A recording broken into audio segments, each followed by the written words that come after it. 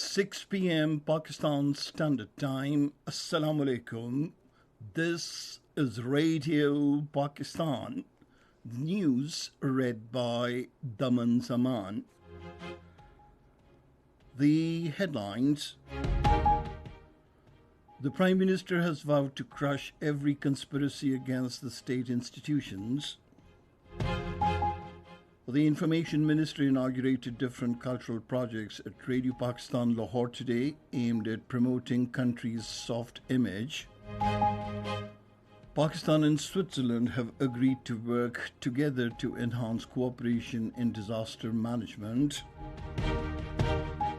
The World Bank has approved $46 million for Khyber Pakhtunkhwa Health Department to provide and promote access to child health services in selected districts of the province.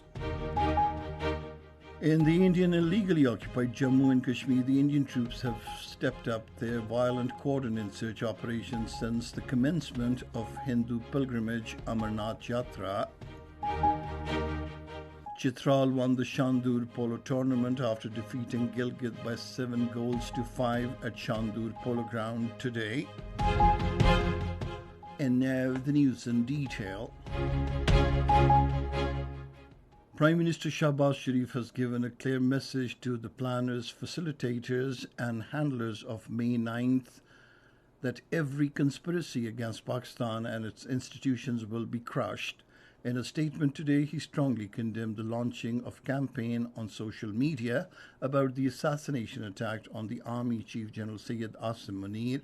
Shahbaz Sharif expressed sorrow that conspiratorial minds are again active against political and economic stability in the country. He directed the relevant institutions to take legal action against the media campaigners in the country and abroad. Shahbaz Sharif said the nation will thwart this heinous conspiracy in the same way as it foiled the conspiracy of May 9th. The Minister for Information and Broadcasting, Mariam Aurangzeb, today inaugurated different cultural projects at Radio Pakistan Lahore to help effectively promote a soft image of the country. The projects include Site for Cinema, Classical Music Research Cell, Digital Broadcast Training Lab, and Podcast Studio. Later briefing the media persons on these projects, the Information Minister said Pakistan's positive image will be projected through screen tourism. She said cinema houses will be established at the premises of Radio Pakistan in different parts of the country to provide people access to affordable entertainment. The Finance Minister, Mohammad Isagdar, has said the economic situation of the country is improving due to the prudent policies of the coalition government. He was virtually talking to a representative delegation of the Chambers of Commerce and Industry and business organizations of 25 districts of the Punjab in Lahore today. He said bringing traders and industrialists together at one platform is commendable. The Minister for Defence, Khwaja Mohammad Asif, has said preparations for general elections have commenced and distribution of tickets will start soon. Addressing a workers' convention in Sialkot, the Minister said assemblies would be dissolved after completing their tenure. He said the component parties of PDM would adopt a plan of bringing a common candidate or seat adjustment for the general elections. The Pakistan ambassador to the United States, Masood Khan, has called upon the country's diaspora in Texas to take full advantage of the available business opportunities in Pakistan. Interacting with the Pakistani community at Dallas in Texas, he also stressed Pakistani diaspora to encourage American entrepreneurs and their counterparts to explore and broaden their commercial activities to Pakistan. The ambassador assured that Embassy of Pakistan and its consulates would continue providing every possible facilitation to them. Pakistan and Switzerland have agreed to work together to enhance disaster management capabilities. This was decided during a meeting between the Chairman National Disaster Management Authority, Lieutenant General Inam Haider Malik, and the Swiss Foreign Minister Inacio Cassis in Islamabad today. The Chairman National National Disaster Management Authority apprised the Swiss delegation of inclusive and people-centric disaster preparedness system adopted by the authority. On his part, the Swiss foreign minister emphasized the importance of technological knowledge in dealing with complex disaster management challenges and risk management. The World Bank has approved $46 million for Khyber Pakhtunkhwa Health Department to promote access to child health services in selected districts of the province. The funds will be used for the citizen-centered service delivery project of the provincial government. The child welfare grants will benefit about 300,000 children under the age of 2 years. Families of these children will receive an amount of 12,500 rupees over 5 visits for attending the health awareness sessions and growth monitoring of the child. This is Radio Pakistan. In the Indian illegally occupied Jammu and Kashmir, the Indian troops have stepped up their violent cordon search operations and house raids since the commencement of the Hindu pilgrimage Amarnath Yatra, subjecting the residents to severe harassment.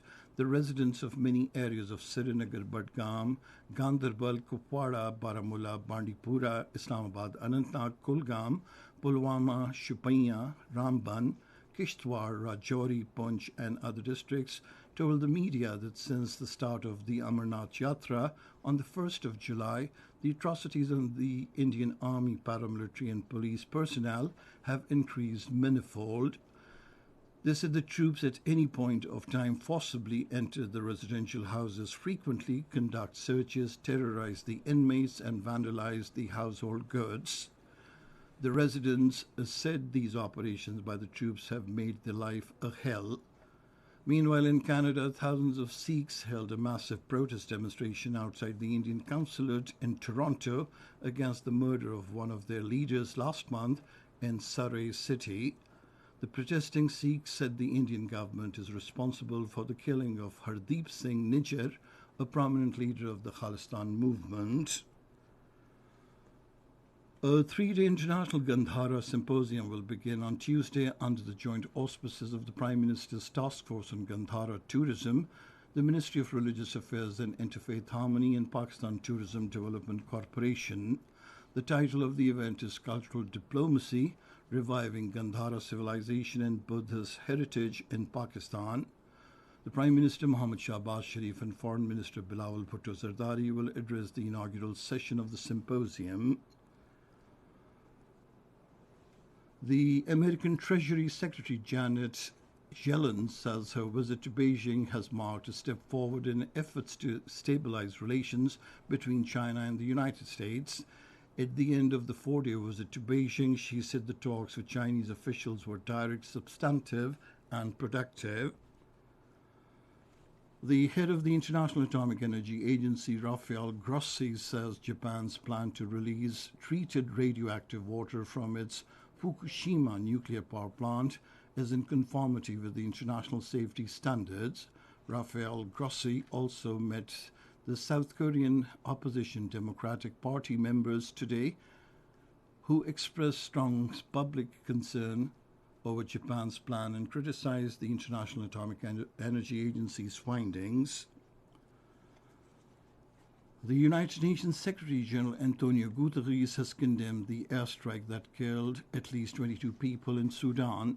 According to the statement released by the United Nations Deputy Spokesperson Farhan Haq, the Secretary General is also appalled by reports of large-scale violence and casualties across Sudan's Darfur region. Antonio Guterres reiterated his call for the Sudanese armed forces and its rival rapid support forces to cease fighting and commit to a durable cessation of hostilities. And now news about sports. We begin with polo.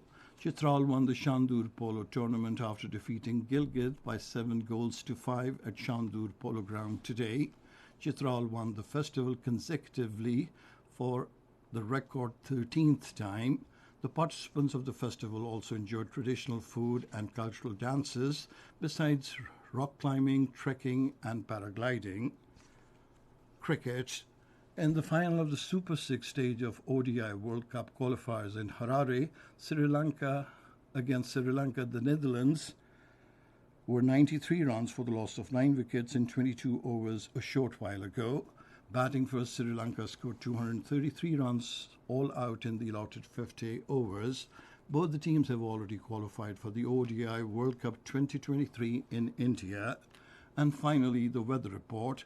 Mainly dry weather is expected in most parts of the country during the next 12 hours. However, rain, thunder showers is expected in Kashmir, Gilgit-Baltistan, Khyber Pakhtunkhwa, Upper Punjab and Southeast Sindh. And that is the end of this news bulletin. For more news and analyses, log on to our website, radio.gov.pk, and you can also watch the live video streaming of our bulletins on the link facebook.com/Radio Pakistan News Official.